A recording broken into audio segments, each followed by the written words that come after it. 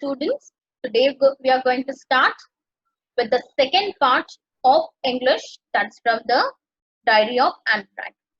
So students, in the first part we have studied about the introduction of Anne Frank, how she started to write diary, why she felt of writing her diary, and students, we have also studied about his family. His family shifted to Holland, and after that you can say Margot and Anne, who were living with their grandmothers, they were also taken to Holland. I started right away at the Montessori Nursery School.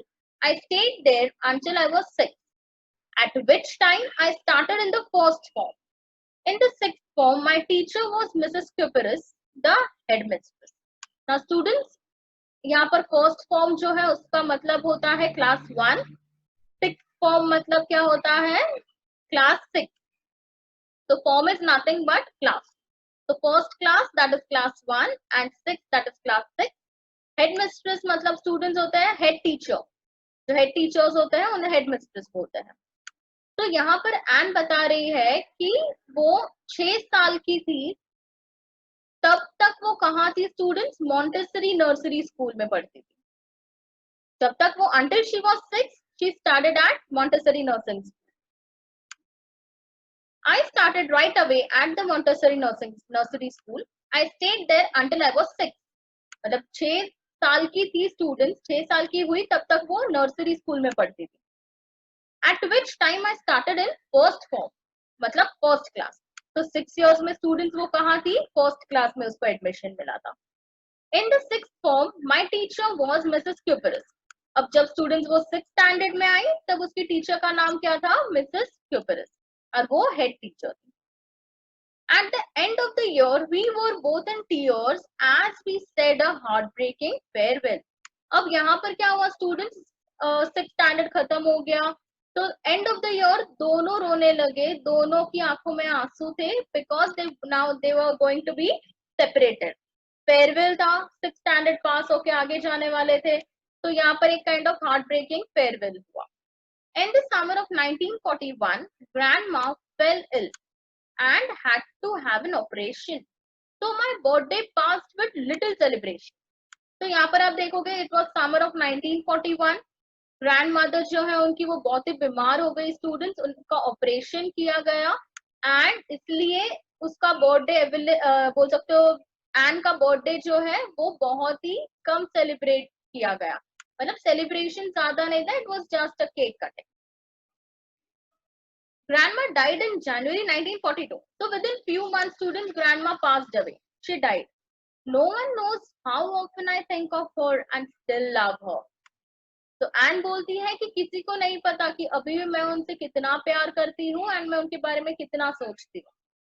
This birthday celebration in 1942 was intended to make up for the other, and grandma's candle was lit along with the rest. तो 1942 का birthday जो है students, वहां पर वो क्या करना चाहती थी एंड वो ग्रैंडमा को याद करके उनकी सोल जो है वो पीस में रहे, हमेशा शांति बने रहे उनके सोल को, इसलिए वो कैंडल लिट करने वाली थी. The four of us are still doing well, and that brings me to the present date of 20th June 1942 and the solemn dedication of my diaries. So students, अभी ये बताती है कि अब चारों हम बहुत अच्छे हैं, ठीक से रह रहे हैं, हम अच्छा कर रहे हैं. चारों मतलब स्टूडेंट्स कौन, मार्गॉट एंड उसके mother and father, Edith and उसके फादर. तो ये जो है चारों बहुत अच्छा कर रहे हैं, अभी बोल सकते हो अच्छे से रह रहे हैं, हैप्पीनेस है. एंड अब उसने डायरी लिखना शुरू किया, that is present date, present की बात कर रही है वो, 20 June 1942 and the solemn dedication of my diary लिखना स्टार्ट किया. Saturday 20 June 1942. Dearest Kitty, our entire class is quaking in its boot. Quaking in its boot का मतलब क्या होता है स्टूडेंट्स, डरे हुए हैं. पूरा क्लास, ये माहौल है स्टूडेंट्स एक क्लासरूम का, क्लासरूम में सारे स्टूडेंट्स डरे हुए हैं, ऐसा डायरी में मेंशन किया है 20 जून को. किसने, एन जो है उन्होंने. तो वो बताते हैं कि वो बताती है कि वो पूरा क्लास जो है, entire class is quaking in its boot, मतलब there is kind of anxiety, लोगों में, सारे स्टूडेंट्स में कुछ ना कुछ डर है. The reason, of course, is the forthcoming meeting in which teachers decide who will move up to the next form and who will be kept back. तो स्टूडेंट्स, रीजन क्या था ये डर का? बच्चों में, क्लास में जो डर था उसका रीजन क्या था कि नेक्स्ट मीटिंग जो है उसमें टीचर्स डिसाइड करने वाले हैं कि कौन नेक्स्ट फॉर्म में जाएगा एंड कौन पीछे रह जाएगा. मतलब स्टूडेंट्स ये रिजल्ट डिक्लेयर करने वाले थे कि कौन नेक्स्ट स्टैंडर्ड में जाएगा, क्लास में जाएगा एंड कौन फेल होने वाला है. इसलिए सारे स्टूडेंट्स जो क्लासरूम के थे वो डरे हुए थे. Half the class is making bet. GN and I laugh ourselves silly at the two boys behind us, CN and Jacques. तो यहाँ पर पूरा क्लास जो है, स्टूडेंट्स आधा क्लास तो बेट ही कर रहा था, अरे मैं हारूंगा, मैं रह जाऊंगा, तुम रह जाओगे, मैं तो नेक्स्ट क्लास में जाऊंगा, तुम नहीं जा पाओगे. तो ये बेटिंग चल रही थी क्लास में. एंड जो एन फ्रैंक है एंड उनकी फ्रेंड GN करके उनकी फ्रेंड का नाम है. तो GN एंड आई, मतलब GN उनकी एक बेस्ट फ्रेंड है, वो दोनों क्या थे स्टूडेंट, साथ में बैठे हुए थे बेंच पे. एंड उन्हीं के पीछे कौन बैठे थे? दो boys, silly boys, that is बोल सकते हो जैकिस एंड CN. तो ये दोनों जो है स्टूडेंट्स बॉयज, उन पे ये दोनों गर्ल्स हंस रही थी. क्यों हंस रही थी? बिकॉज ये बॉयज ने क्या किया था, शर्त लगाई थी. वो बोल रहे थे कि नहीं नहीं you are going to pass, और सामने वाला बोल रहे no no I am not going to pass, you are going to pass. तो दोनों एक दूसरे पे बेट लगा रहे थे एंड उन्होंने पूरी हॉलीडे सेविंग्स बेट पे खर्चा कर दी थी. तो इसलिए ये दो जो है गर्ल्स एन एंड उनकी फ्रेंड GN, वो दोनों हंस रहे थे उन पे. Two boys behind us, CN and Jacques, who have staked their entire holiday savings. Stake का मतलब होता है put on risk, रिस्क पे डाल देना. Put on risk the entire holiday savings on their bet. Bet के लिए उन्होंने पूरी सेविंग्स लगा दी है. From morning to night, it's you are going to pass. No, I am not. Yes, you are. No, I am not. तो argue कर रहे हैं दोनों, उन्होंने बेट लगाई है कि पास होंगे कि नहीं होंगे. Even G's pleading glances and my angry outburst can't calm them down. अब ये दोनों पीछे मुड़ के उनको एक गुस्से से देख रहे हैं एंड जो है वो उनको बहुत गुस्से से देख रही है दोनों को, बॉयज को. एंड जी जो है GN, वो उन्हें रिक्वेस्ट कर रही है कि प्लीज शांत रहो. तो लेकिन फिर भी उन पे कोई असर नहीं है, वो दोनों बेट पे ही लगे हुए हैं. If you ask me, there are so many dummies that about a quarter of a class should be kept back. But teachers are the most unpredictable creatures on the earth. Now students, Anne बताती है कि अगर मुझसे पूछा जाए तो मैं बताऊंगी कि हमारा क्वार्टर क्लास जो है दैट इज 1/4, वो क्या है, डमीज है, मतलब डम स्टूडेंट्स है. तो 1/4 क्लास जो वो पीछे ही रह जाएगा. लेकिन आपको नहीं पता टीचर्स अनप्रेडिक्टेबल क्रिएचर्स है, तो वो एक्सेप्शन देती है कि ऐसे देखने जाए तो 1/4 क्लास फेल हो जाएगा बिकॉज दे आर डम 25%. लेकिन टीचर्स अनप्रेडिक्टेबल क्रिएचर्स है, वो कौन से टाइम पे क्या डिसीजंस लेंगे क्या नहीं, वो हमें नहीं पता. आई am not so worried about my girlfriends and my self, will make it. The only subject I am not sure about is math. Anyway, all we can do is wait. Until then, we keep telling each other not to lose heart. तो student जान क्या बताती है यहाँ पर, वो बोलती है मैं मेरी गर्लफ्रेंड्स जो है, मेरे साथ जितने भी मेरी फ्रेंड्स हैं, उनके लिए मैं जरा भी वरिड नहीं हूँ. लेकिन मुझे टेंशन मेरा है कि मुझे मैथ्स में अच्छे मार्क्स नहीं आते. बट क्या कर सकते हैं, हमारे पास कोई ऑप्शन नहीं है. All we can do is wait. हम वेट करते हैं हमारे रिजल्ट्स का एंड तब तक के लिए हम एक दूसरे को दिलासा देते रहेंगे. I get along pretty well with all my teachers. There are 9 of them, 7 men and 2 women. तो एन बताती है कि मैं मेरे टीचर्स के साथ मेरा बॉन्ड बहुत अच्छा है. यहाँ पर 9 है, 9 टीचर्स है, 9 टीचर्स है यहाँ पर, उसमें से 7 men है एंड 2 women है. तो यहाँ पर एक मेन टीचर जो है उनके बारे में डिस्क्रिप्शन दिया है उनका. एंड जो मिस्टर कीजिंग, वो टीचर का नाम है स्टूडेंट्स मिस्टर कीजिंग. तो mister Keesing and Anne Frank के बीच में जो भी क्लैशेस चल रहे थे यहाँ पर उसे बहुत अच्छे से एक्सप्लेन किया है. Mr. Keesing, the old fogey who teaches maths, was annoyed with me for ages. क्यों students? Mr. Keesing जो है मैथ्स टीचर है एन फ्रैंक के, वो उससे बहुत गुस्सा थे बहुत टाइम से। क्यों ऐसा? बिकॉज एन फ्रैंक हमेशा बातें करती थी क्लास में, सबसे टॉकेटिव पर्सन चाइल्ड वही थी। तो हमेशा कीजिंग क्या करते थे, उन्हें वार्निंग देते थे एंड हमेशा उसे पनिशमेंट में होमवर्क देते थे। तो ओल्ड फॉगी का मतलब है ओल्ड फैशन्ड पर्सन, जो बोल सकते हैं ना बहुत पुराने जमाने के काइंड ऑफ हो सकते हैं। तो वो क्या है, वो मैथ सिखाते थे एंड उन्हें बहुत गुस्सा आता था एंड पे एजेस से, एजेस मतलब फ्रॉम टाइम। क्यों गुस्सा आता था? Because she used to talk very much and warnings के बाद भी वो अपनी हैबिट नहीं छोड़ती थी एंड इसीलिए उसे होमवर्क मिलता था मिस्टर कीजिंग के। An essay on the subject a chatter box. अब स्टूडेंट्स क्या होमवर्क मिला उसे लिखने, उसे पनिशमेंट क्या मिली? उन्हें एक ऐसे लिखना था जिसका टॉपिक क्या था, अ चैटर बॉक्स। तो सोचो वो ज्यादा बात करती थी, इसलिए मिस्टर कीजिंग ने क्या किया, उसे उसी पे टॉपिक पे ऐसे लिखने दिया। और chatter box, what can you right about that? I worried about that later, I decided. I jotted down the title in my notebook, tucked it in my bag and tried to keep quiet.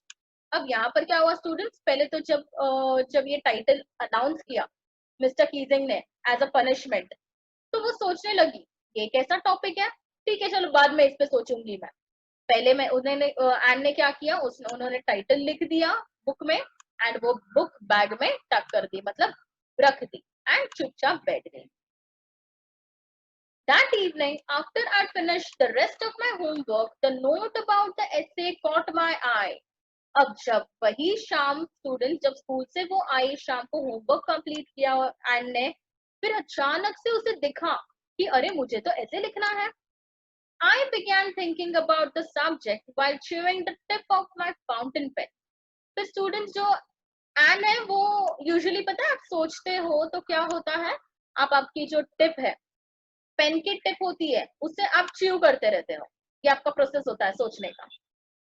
तो N भी यही कर रही थी, वो सोचते सोचते pen को पीछे से चबा रही थी totally. Anyone could ramble on and leave big spaces between the words, but the trick was to come up with convincing argument to prove the necessity of talking. तो स्टूडेंट्स कोई भी लिखने के लिए तो लिख देगा, कुछ भी लिख देगा, लेकिन सबसे इम्पोर्टेंट ट्रिक क्या है कि आपको आपका साइड करेक्ट प्रूव करना है, कि बात करना बहुत जरूरी होता है। तो एन क्या करेगी स्टूडेंट्स यहाँ पर, वो मिस्टर कीजिंग को बताना चाहती है कि उसकी हैबिट खराब नहीं है, वो ऐसे लिखना चाहती है, ऐसे ट्रिक के साथ लिखना चाहती है ताकि मिस्टर कीजिंग कन्विंस हो जाए कि हाँ हाँ नहीं नहीं तुम बराबर हो, तुम बात करती हो, तुम बराबर हो। तो वो ये आर्ग्यूमेंट जीतना चाहती है, कन्विंस करना चाहती है। तो रैम्बल का मतलब होता है टॉक और right aimlessly for long, that is बहुत टाइम तक आप लिख सकते हो, आप बात कर सकते हो विदाउट एनी एम, कंटिन्यूसली। तो ये काइंड ऑफ बोल सकते हो बहुत ही एफिशिएंट क्वालिटी है। तो आप बड़े बड़े स्पेस छोड़ के भी लिख सकते हो, आप कुछ भी करके 3 पेजेस भर सकते हो, लेकिन वो सिर्फ 3 पेजेस फुल करना एन का टारगेट नहीं था। एन का टारगेट क्या था, कीजिंग को कन्विंस करना कि हाँ देखो मैं बात करती हूँ तो वो बहुत इंपॉर्टेंट है and I am correct. I thought and suddenly I had an idea. I wrote 3 pages Mr. Keesing has assigned me and was satisfied. अब वो सोचती रही फाइनली उसे आइडिया मिला एंड उसने 3 पेजेस कंप्लीट किए, जैसे कीजिंग ने बोला था मिस्टर कीजिंग ने वैसे उसने कंप्लीट किया and she was satisfied. I argued that talking is students right, that is quality which is inherited. जैसे आप में भी आती है ना, आपकी मदर बहुत टॉकेटिव होगी तो आप में भी वो क्वालिटी आ जाती है। जैसे डिसीजेस का होता है, मदर फादर में कोई डिसीज होता है तो आप में भी आता है। तो वैसे एन ने क्या बताया, एन ने आर्ग्यू किया कि टॉकिंग, उसकी जो बात करने की हैबिट है, ये तो क्या है, ये क्वालिटी उसकी मदर से आई है, ये वो कंट्रोल नहीं कर सकती। शी केप्ट टेलिंग कि भाई ये मैं कंट्रोल नहीं कर सकती, ये तो जीन्स में है, मेरी मदर से मैंने इनहेरिट किया है इससे, तो मैं इसके बारे में कुछ नहीं कर सकती, ना मैं मेरे एबल को क्योर कर सकती हूँ, and that I would do my best to keep it under control. वो बोलती है कि हाँ मैं ट्राई करूंगी कि मैं ज्यादा ना बोलूं, but that I would never be able to cure myself of the habit since my mother talked as much as I did, if not more, and that there's not much you can do about inherited traits.